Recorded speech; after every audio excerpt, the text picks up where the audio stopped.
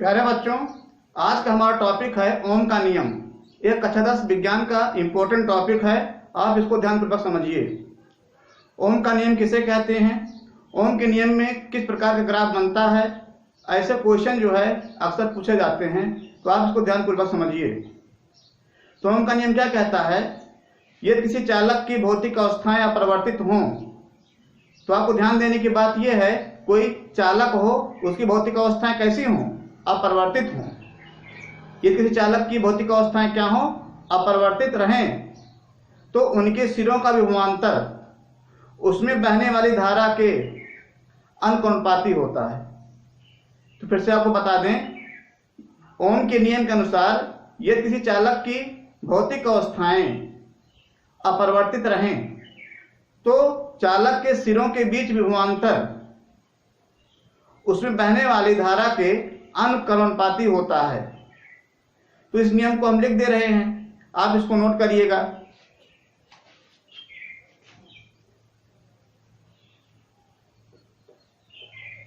ओम का नियम।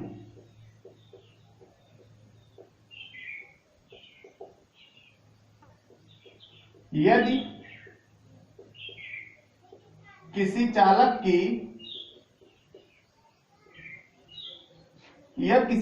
की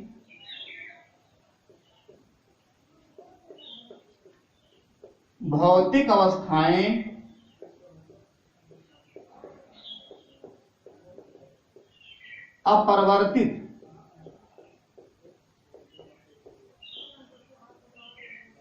अपरिवर्तित रहे, तो चालक के सिरों के बीच विभवांतर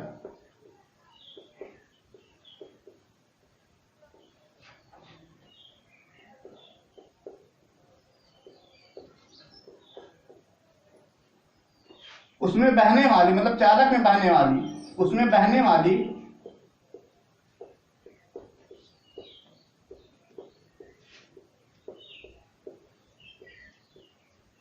धारा के अनुक्रमानुपाती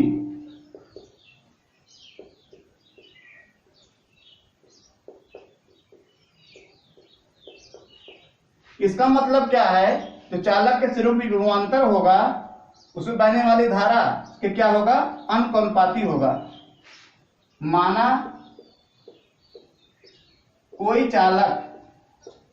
माना किसी चालक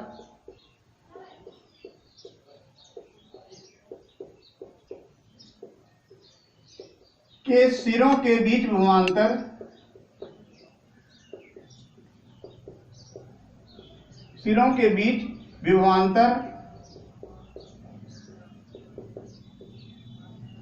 V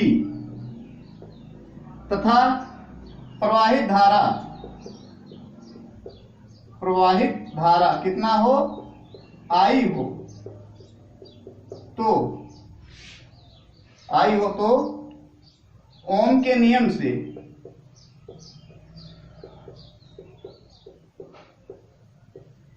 ओम का नियम क्या कहता है, जो विभवांतर है उसमें बहने वाली धारा क्या होता है, अनुक्रमानुपाती होता है, V प्रोपोर्शनल टू I। हमें पता है अगर हम प्रोपोर्शनल हटाएंगे तो हमको एक कांस्टेंट लेना पड़ेगा।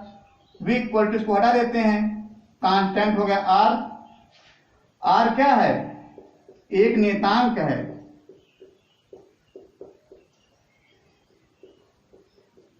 जिसे चालक का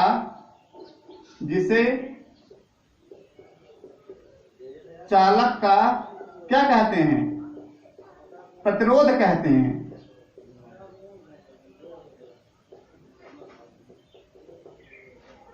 ले देंगे या V इक्वल टू IR।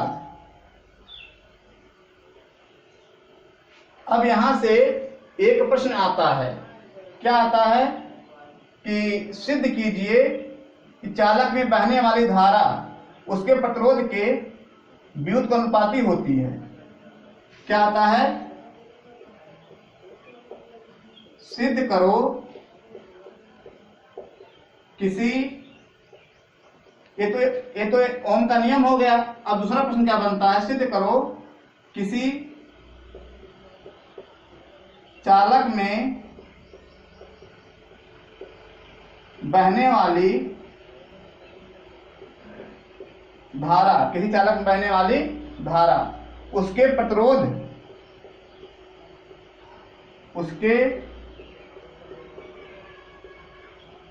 के व्युत्क्रमानुपाती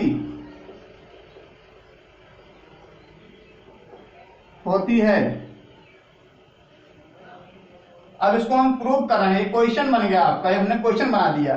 तो प्रूव कैसे करेंगे, लिखेंगे ओम के नियम से, ओम के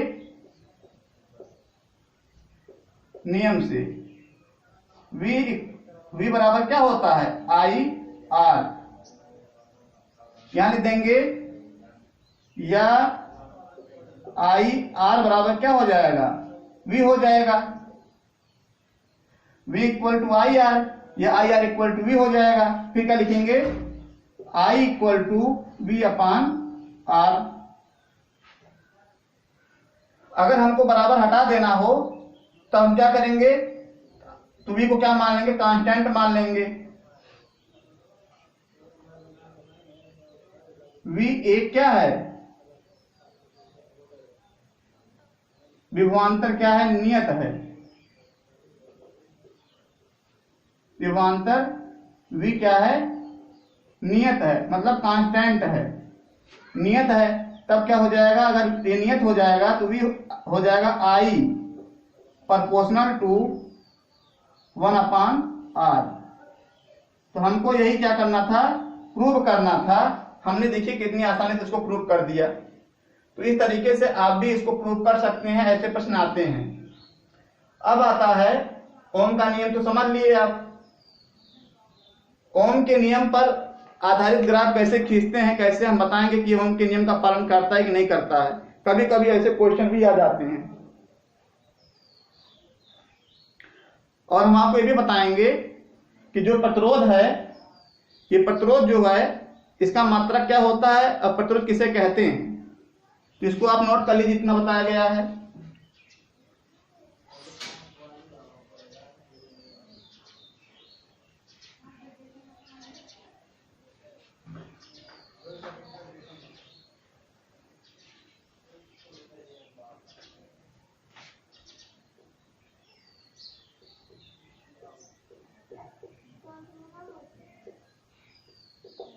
प्रतिरोध,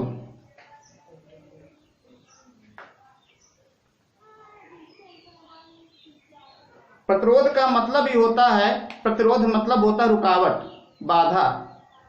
वह चालक जो धारा के प्रवाह में बाधा डालती है, वह चालक जो धारा के प्रवाह में बाधा डालती है, चालक का प्रतिरोध कहलाता है। क्या कहलाता है, चालक का प्रतिरोध कहलाता है। अब आपको जानना है प्रतिरोध का मात्रक क्या होता है। प्रतिरोध का मात्रक बहुत पूछा जाता है, बहुत इंपॉर्टेंट है। प्रतिरोध का मात्रक होता है ओम। क्या होता है, ओम। आप इसको नोट कर लेंगे।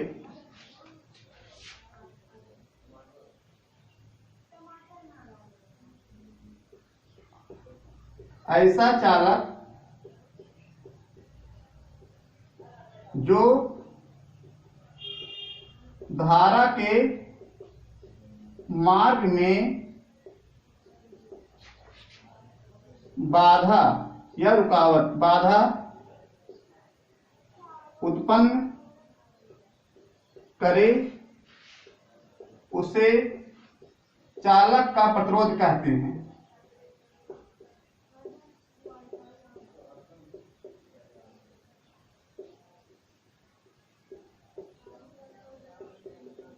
इसे R से क्या करते हैं, प्रदर्शित करते हैं।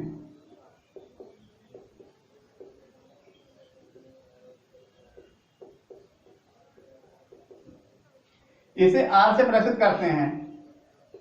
प्रतिरोध का मात्रक क्या होता है, प्रतिरोध का मात्रक ओम होता है।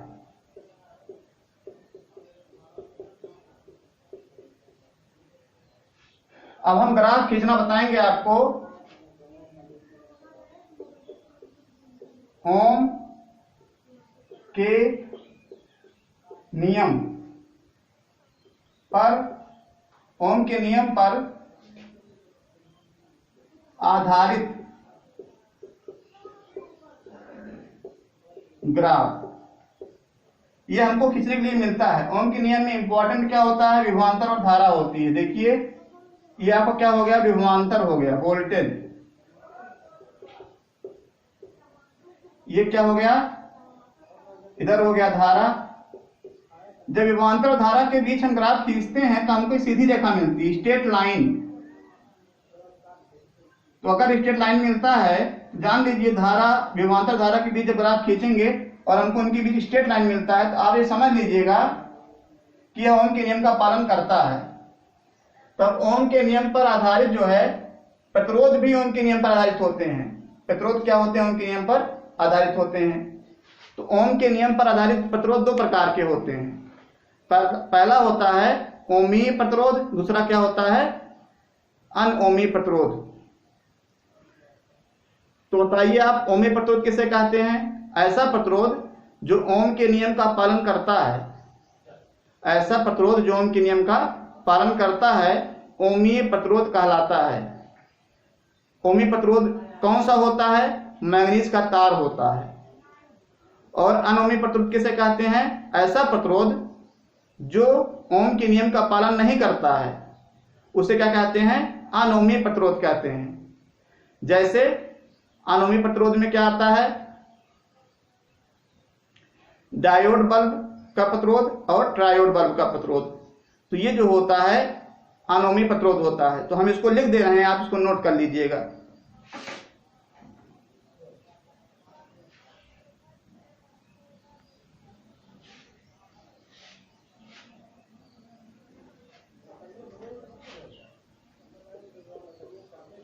ओमीय प्रतिरोध ऐसा प्रतिरोध जो ओम के नियम का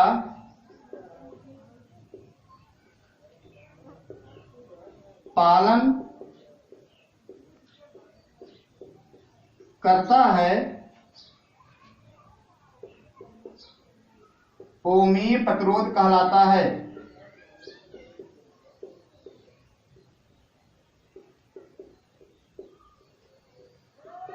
जैसे हमने क्या बताया? मैग्नीज का तार।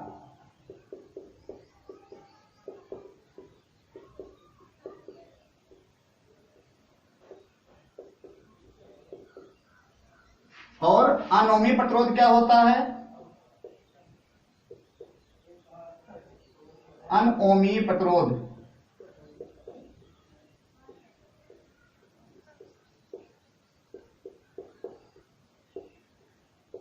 ऐसा प्रतिरोध जो ओम के नियम का पालन नहीं करता है।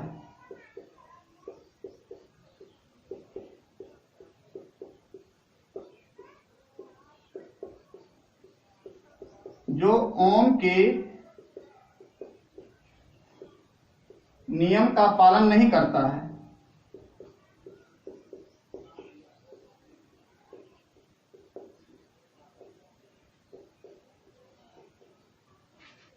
अनओमीय प्रतिरोध कहलाता है।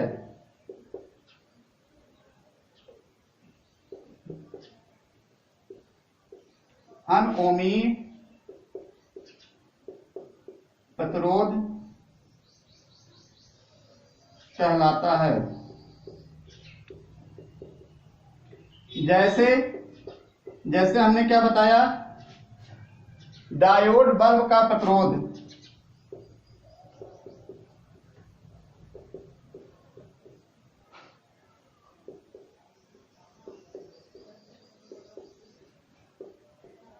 दूसरा क्या है? ट्रायोड बल्ब का प्रतिरोध। इस तरीके से हमने आपको बताया प्रतिरोध किसे कहा जाता है, प्रतिरोध का मात्रक क्या होता है, और ओमी प्रतिरोध, अनओमी प्रतिरोध क्या होते हैं। अगर आपको यह वीडियो अच्छा लगा हो, आपके सामने सारे टॉपिक आ गया हो, तो आप चैनल सब्सक्राइब कर लीजिएगा, जिससे कि आने वाली वीडियो आपके पास आसानी से पहुंच जाए। और जो बच्चे और पढ़ते हैं उनके पास भी वीडियो शेयर करिए, जिससे उनका भी अधिक से अधिक लाभ हो। अब हम अगले दिन भी जब आपको पढ़ाएंगे तो बताएंगे कि विभवांतर और विभव में क्या अंतर होता है, इसके मात्रक क्या होते हैं, सूत्र क्या होता है, आपको सारी जानकारी दी जाएगी। Thank you watching this video.